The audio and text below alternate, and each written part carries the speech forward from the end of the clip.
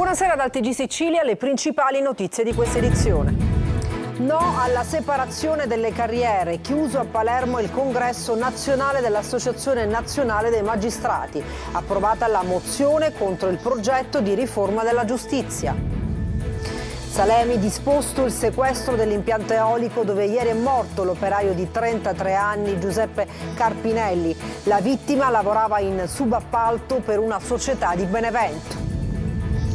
Giornata di lutto domani a Palermo per i funerali delle ultime 2 vittime della strage di Casteldaccia, costata la vita a 5 operai. Attese sul tavolo dei magistrati le relazioni tecniche e i referti autoptici preliminari.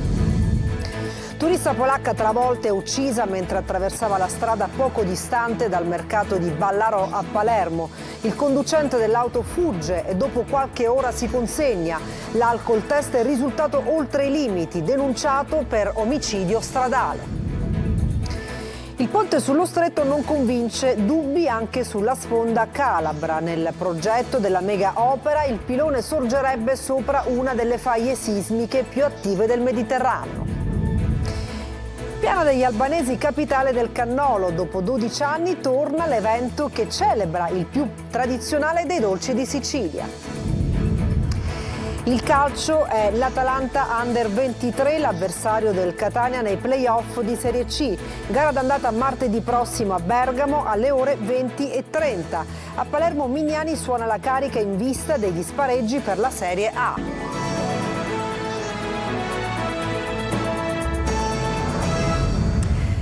Dal 36esimo congresso dell'Associazione Nazionale Magistrati conclusosi a Palermo, approvata la mozione sul no alla separazione delle carriere. La riforma e i temi della giustizia sempre al centro dello scontro politico. Emanuela Corsi.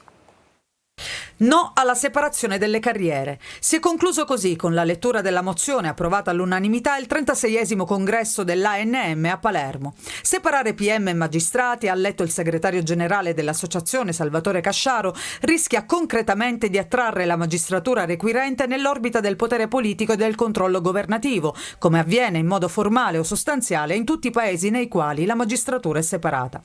A margine dei lavori di oggi è intervenuto nuovamente il presidente dell'ANM Giuseppe Santalucia, che si è rivolto al Guardasigilli Nordio.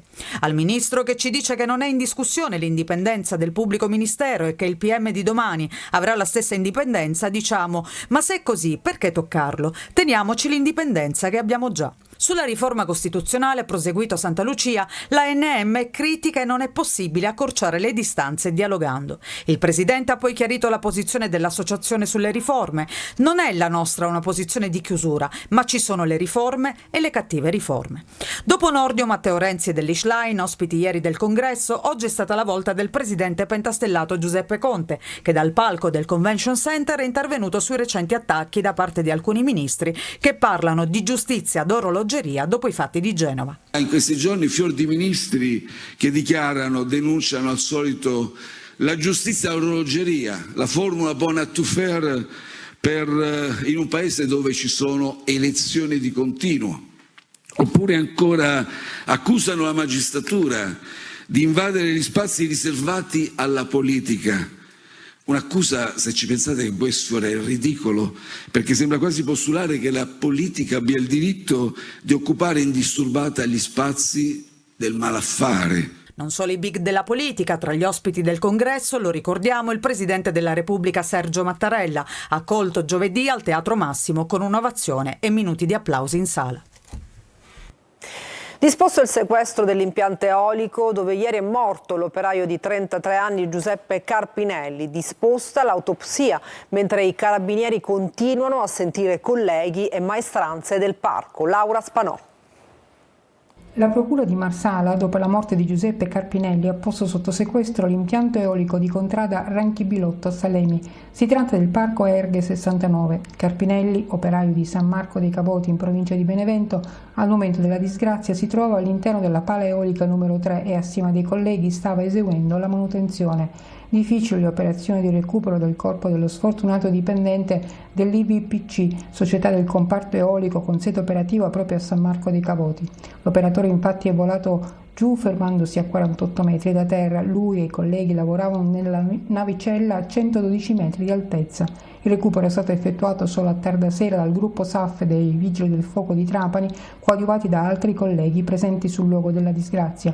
La Procura di Marsala ha aperto anche un fascicolo e disposto l'autopsia sul corpo del giovane. Si vuole fugare ogni dubbio, si vuole accertare se la disgrazia sia avvenuta per un malore o per una disattenzione o per altro. Il corpo poi verrà restituito alla famiglia. La vicenda ha sconvolto l'intera comunità di San Marco dei Cavoti, che si è stretta al dolore dei familiari di Giuseppe, molto apprezzato da tutti. I carabinieri salemi che seguono le indagini continuano a sentire persone che in qualche modo siano venuti a contatto con la vittima, a cominciare dai colleghi e poi altre maestranze che lavorano nel parco. Saranno sentiti anche i titolari della ditta per cui lavorava a Carpinelli e del parco eolico. Domani mattina, intanto, è previsto davanti alla prefettura di Trapani un sit-in dei sindacati di CGIL, CISL e UIL. Sarà lutto in tutta la provincia di Palermo domani, nella giornata degli ultimi 2 funerali delle vittime della strage di Casteldaccia, costata la vita a 5 operai. Sempre domani sul tavolo dei magistrati arriveranno tutte le relazioni tecniche e i referti autoptici preliminari. Manlio Viola. Sono le giornate del dolore e degli ultimi addii alle 5 vittime della strage sul lavoro di Casteldaccia nel Palermitano. Giornate cariche di pathos non solo per le famiglie delle vittime, ma per l'intera comunità. Ieri si sono svolti i primi 3 funerali fra le province di Palermo e Trapani, domani si terranno gli altri 2. E proprio domani per l'intera provincia di Palermo sarà una giornata di lutto indetta dal sindaco metropolitano Roberto Lagalla. Non si può morire di lavoro, è il grido unanime risuonato dalle parole delle omelie, a cominciare da quella dell'arcivescovo di Monreale che ha officiato i funerali di Giordano a Partinico. Migliorano lentamente intanto le condizioni di Domenico Viola, il 6º operaio coinvolto nella tragedia, è salvatosi perché è sceso per ultimo e recuperato per primo. È ancora in pericolo di vita e la prognosi è riservata, ma i medici cominciano a vedere qualche speranza.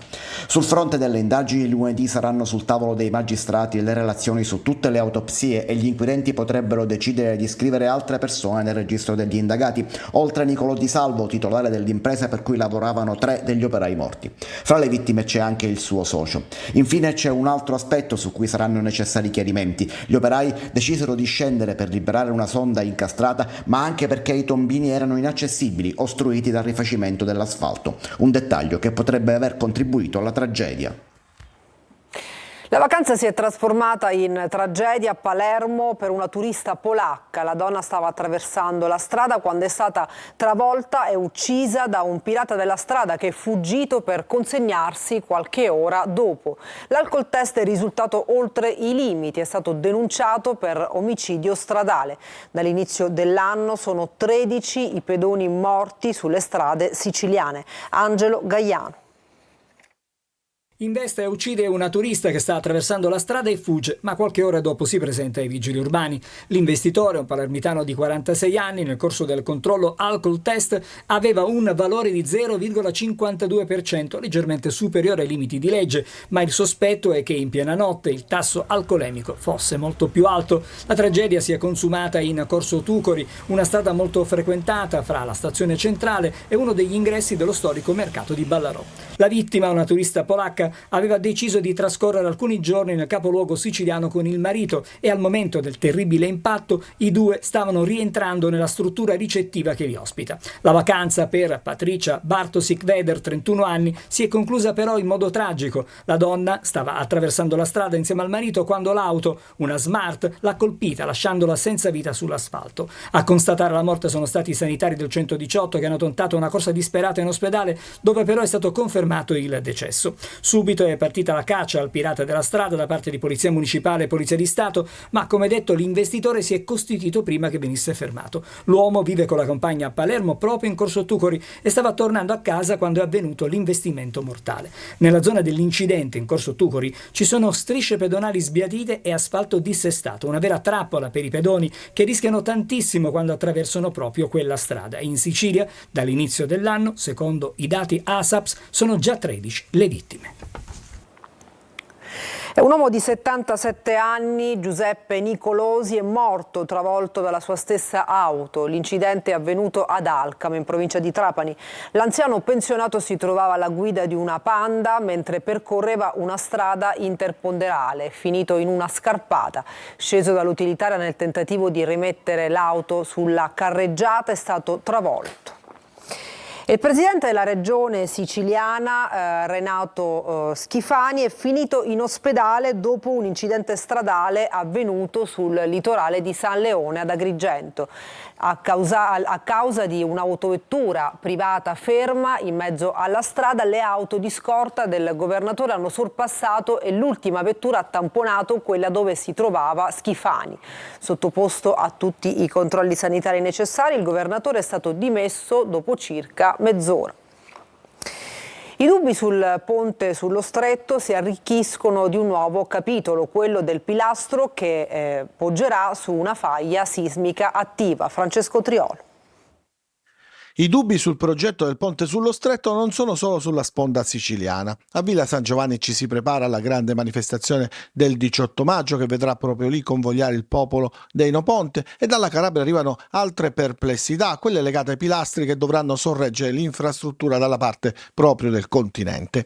Le perplessità maggiori sono per un progetto che in 2 mesi verrà rielaborato alla luce delle osservazioni del Ministero dell'Ambiente, ma che secondo le associazioni no pontiste presenta comunque delle falle enormi sullo studio di impatto ambientale. E poi c'è il nodo dei terremoti, non un tema banale a queste latitudini, considerato che lo Stretto di Messina è da sempre una delle faglie del Mediterraneo più attive e pericolose. L'ultima osservazione, ovvero che il pilastro calabrese poggerà proprio sulla faglia attiva, arriva da chi sta lavorando ad una relazione tecnica che l'amministrazione di Villa San Giovanni, così come ha fatto quella di Messina, ha intenzione di consegnare in tempi brevi alla commissione del Ministero dell'Ambiente che dovrà valutare il progetto, che nei giorni scorsi è stata proprio sia a Messina che a Villa San Giovanni. Una visita programmata per vedere lo stato dei luoghi alla luce del carteggio che le è stato inviato, ma che servirà a poco in concreto, se non ad un atto formale per il passaggio di consegne che avverrà entro la fine di maggio. I componenti della commissione infatti decadranno a breve ed a valutare le osservazioni saranno i nuovi.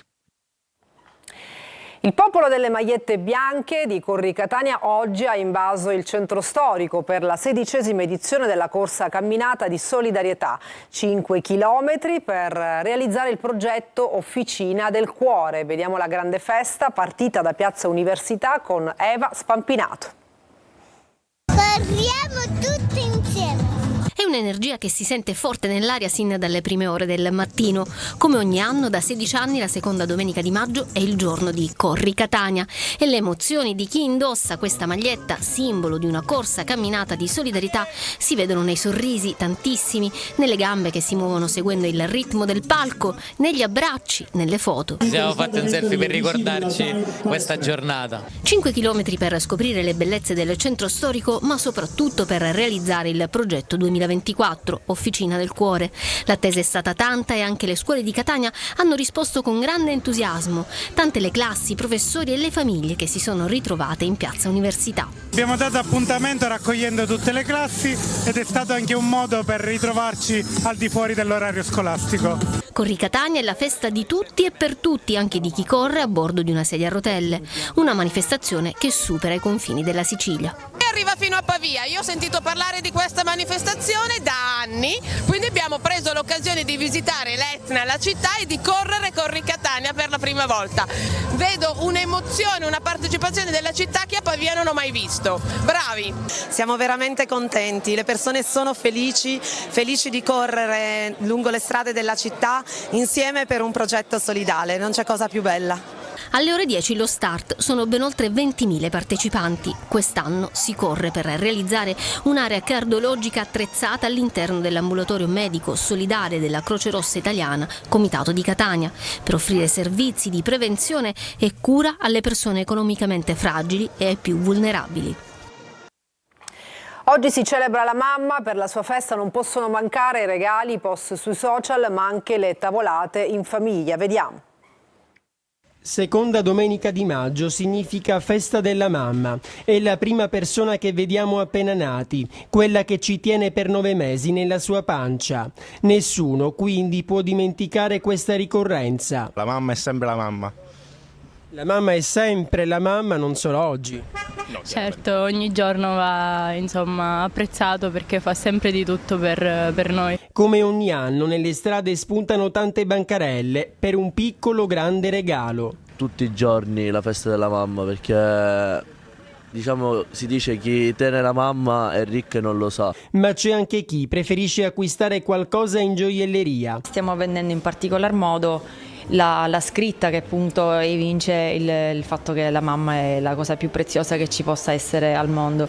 Peluche o collana, quello che conta comunque è il pensiero. Come ogni festa che si rispetti, anche quella della mamma arriva in tavola. Sulla stessa tavola, dove ci sono primo, secondo, contorno e tanto altro, non può mancare il dolce, preparato da lei o, se non si ha tempo, acquistato in pasticceria. Questo è il dolce più acquistato oggi.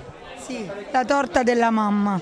È una torta con crema chantilly, fragoline di bosco, panna fresca. Chi vive lontano fa gli auguri con una chiamata e poi ci sono gli immancabili post sui social.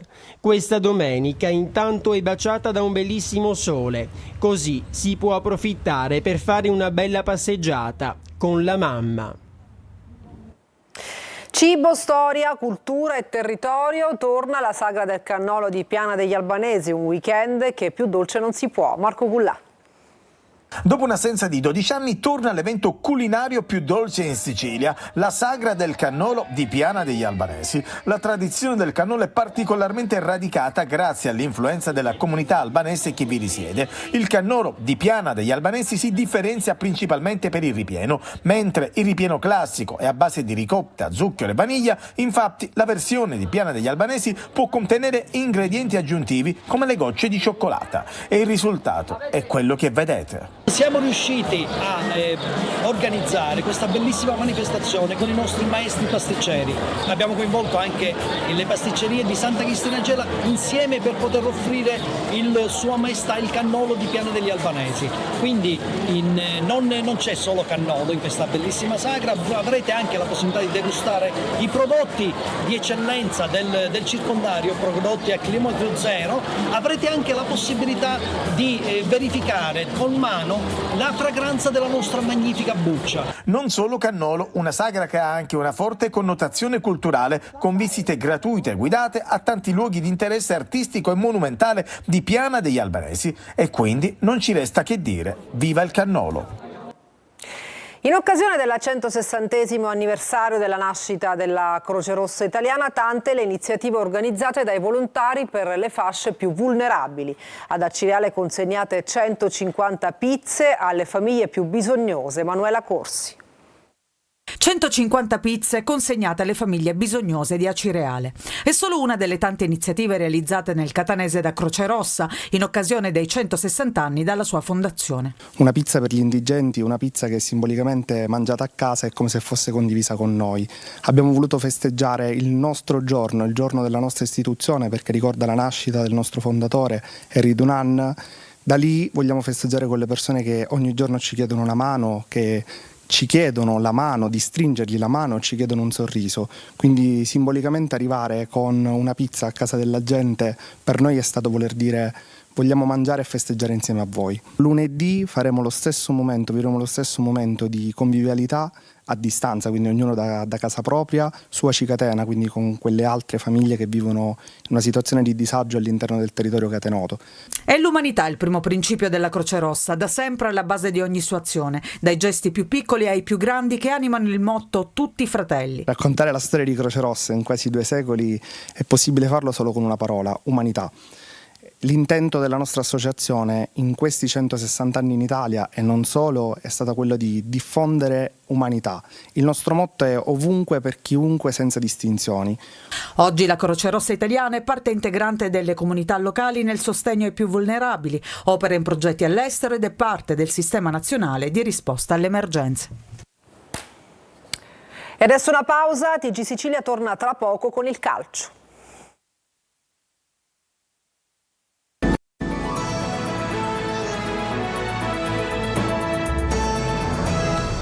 Bentornati Tornati al TG Sicilia, adesso il calcio, il Catania pesca l'Atalanta Under 23 nel primo turno della fase nazionale dei playoff, gara d'andata martedì alle 20:30 in casa dei nerazzurri. Marco Carli.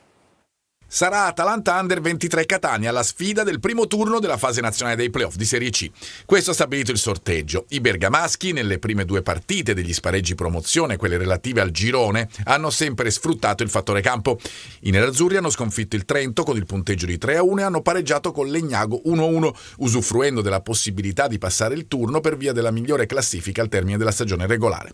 Questo è il quadro completo del primo turno della fase nazionale, gare d'andata che si giocheranno martedì 14, oltre Atalanta Under 23 Catania. Questo è il programma: Perugia Carrarese, Taranto Vicenza, Triestina Benevento e Juventus Next Gen Casertana. Il ritorno si disputa a campi invertiti sabato 18. L'Atalanta presenta nel proprio organico giovani di valore che hanno già esordito in prima squadra, in un'annata molto positiva che ha visto i nerazzurri, la prima squadra ovviamente, qualificarsi alle finali di Europa League e Coppa Italia. Curiosamente Zeoli nella conferenza stampa di venerdì si era soffermato proprio sui bergamaschi giunti quinti al termine della stagione regolare nel girone A. Per quanto riguarda le Under 23,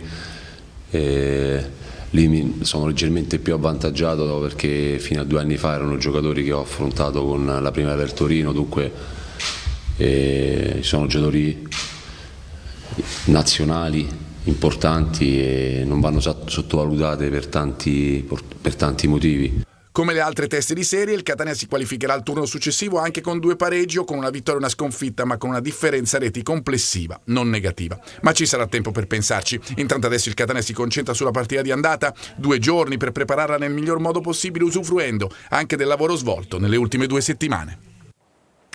E per la gara d'andata dei playoff nazionali tra Atalanta Under 23 e Catania, la trasferta potrebbe essere autorizzata solo ai supporter etnei in possesso della tessera del tifoso. E il Palermo che lavora verso la sfida di venerdì sera contro la Sampdoria al Barbera, valevole per il primo turno playoff. Marco Gullà. Ripartire da zero è l'obiettivo del Palermo dopo aver mantenuto il 6° posto. Venerdì sera al Barbera nel primo turno playoff contro la Sampdoria, Mignani chiede alla sua squadra di resettarsi e giocare come se ci fosse un nuovo campionato. Del resto nei playoff tutto è davvero possibile. Ecco perché il Palermo crede alla possibilità di poter dire la sua in questa corsa per l'ultimo posto promozione. Pace fatta con i tifosi rosanero. Noi cerchiamo sempre di dare tutto in campo, poi ci sono delle volte che riusciamo, sono altre volte le cose non vanno come vogliamo. Questo è il calcio, è la vita, ma l'importante è di non mollare, avere sempre la testa alta e giocare partita. Rosanero che proseguono la preparazione in attesa della sfida di venerdì. Non ci sarà né Del Ciaru che è squalificato, Ceccaroni verso il recupero, così come Gomez. Venduti già oltre 10.000 biglietti, il Barbera sarà quasi sold out. E per questa edizione è tutto, grazie per averci seguito e buona serata.